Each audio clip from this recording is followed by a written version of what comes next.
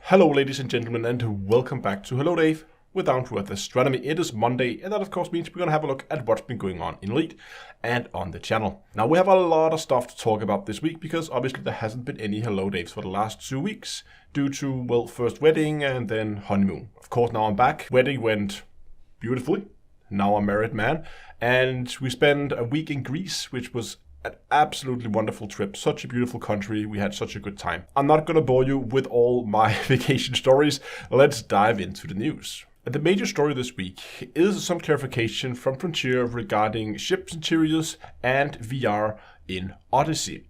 Let's start by diving into the ship interiors. I already have a dedicated video where I talk about the pros and cons of ship interiors versus station interiors, because one of the things Frontier has announced is that ship interiors is not going to be part of Odyssey at launch, so it may come later. What will be at launch is station interiors, and I think, I can't remember the exact wording, but it is something like stations. Let me just find it here.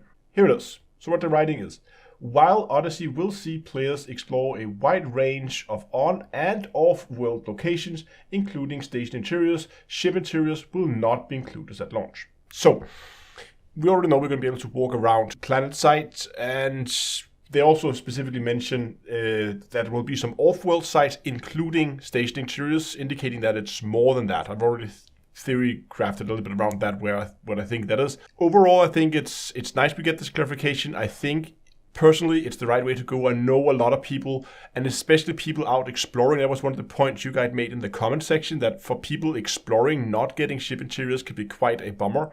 Because, well, if you're exploring, you're not going to see a whole lot of stations. Of course, you're still going to get planetary landing, but I can definitely see that from an explorer's point of view, they would definitely have preferred ship interiors over station interiors.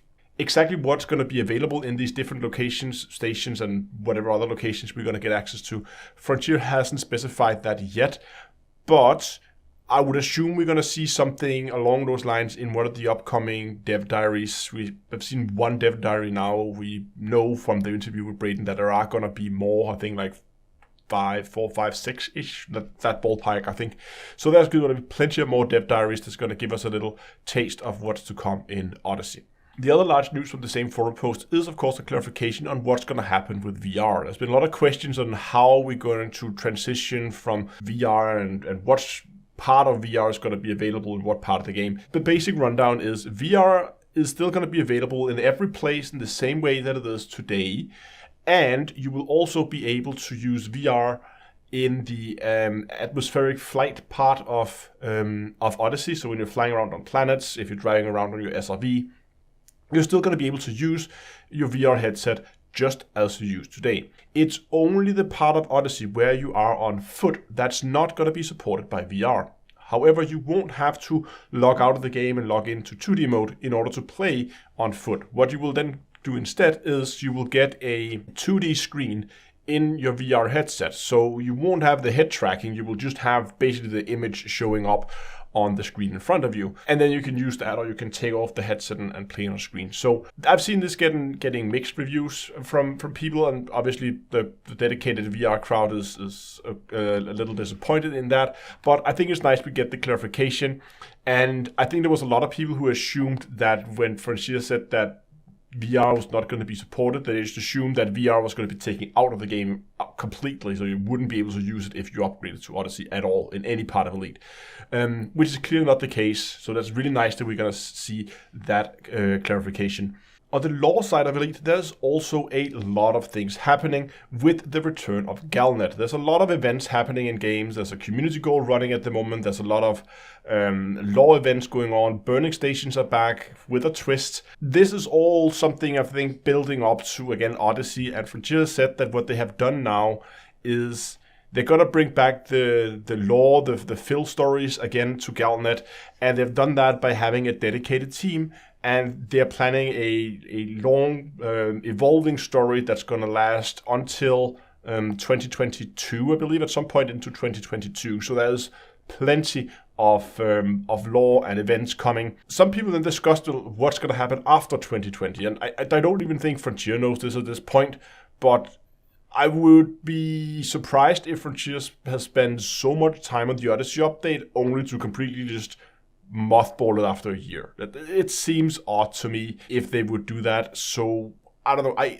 I think it's just that so far they have planned all the events and like the general direction they want to go with all the lore stuff until 2022, which is still like a year and a half away from now. So I think that should be sufficient for now, and I'm pretty sure that we will see more of this stuff coming later. But it's not only the GalNet stuff. There's of course already the story happening right now. There's a few Imperial stations that has been under attack, which was first assumed to be Thargoid attacks, but later it was discovered that it was a terrorist attack made by humans using Thargoid tech. And there's some burning stations, some people needs to be rescued from those stations. So that is back, and again, as always, it's a good source of reputation and rank with the Empire. So if you don't have that cutter yet, this is a good opportunity to go and save some passengers and get some easy ranking up towards that ship. But what actually excites me the most about the return of GalNet and all these events and the social events is one small line in the announcement post in the forum where they said that there's going to be bonus and seasonal events. Now, bonus events, I hope this is going to be like what we saw, I think, a few years back now, where there was a weekend where engineers would require less material, so you could engineer your ships like really, really cheaply. In the past, we've had discounts on ships, that kind of stuff. Those kind of things, like small, not really gold rushes. It could be gold rushes. There was some trade where you got extra credit for trading, so you got more money from that. You like tiny gold rushes, small events that gonna like maybe pull some people back into the game, saying, "Oh, that ship that I wanted to engineer for the longest time, but couldn't be bothered to collect the materials. Now I can get it," and maybe rekindle that light and that love for Elite.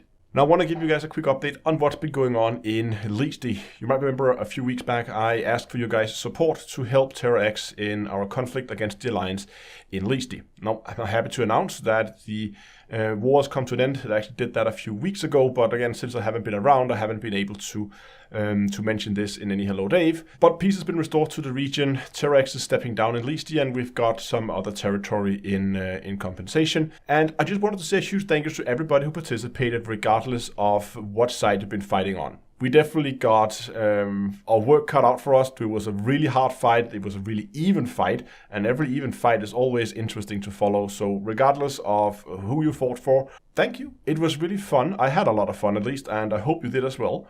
And I hope this helped further the interest for BGS. It's a complicated topic, and there's a lot of unknowns and a lot of guesswork. And personally, I learned a lot of new things about BGS. We refined some tactics that we didn't know of before, and without a conflict like this, we would never have been able to pull the resources to test something like this. And while this wasn't an intended event, it's not like this is something that we've been planning like behind the scenes and been role playing it. This was like a proper conflict.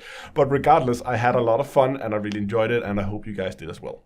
Finally, I just want to talk about the live stream tomorrow, which is, as always, going to be live streamed here on YouTube and on Twitch at 7 o'clock in-game time. The exact topic of the live stream, I'm not really sure about. I think what I'll do is go out with my Colonial alt and keep getting some distance covered. I think I'm like 50 jumps or something away from a cluster of bookmarks that I want to go and explore and go and have a look at.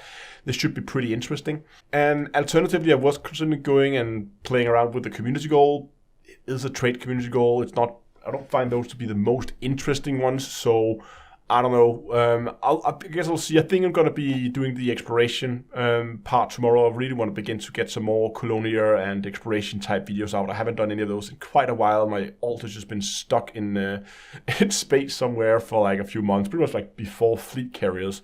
When that whole thing happened, that was kind of when I stopped playing on that character to focus more on the main character to get him ready for for Fleet Carrier and my third alt to do the Sidewinders of Fleet Carrier series. So the Colonial character hasn't received a lot of attention lately, so I think it's time we begin to get him moving again and begin to go out and do some exploration. So I think that's what I'll be doing tomorrow. This is always fun. We can go and we can talk about space. So it's a good opportunity to sit and have a chit chat with you guys. So I hope you'll come by and watch the live stream tomorrow. Thanks a lot for watching. I hope you enjoyed today's video. If you did, give a like, subscribe, and until next time, I will see you guys in space.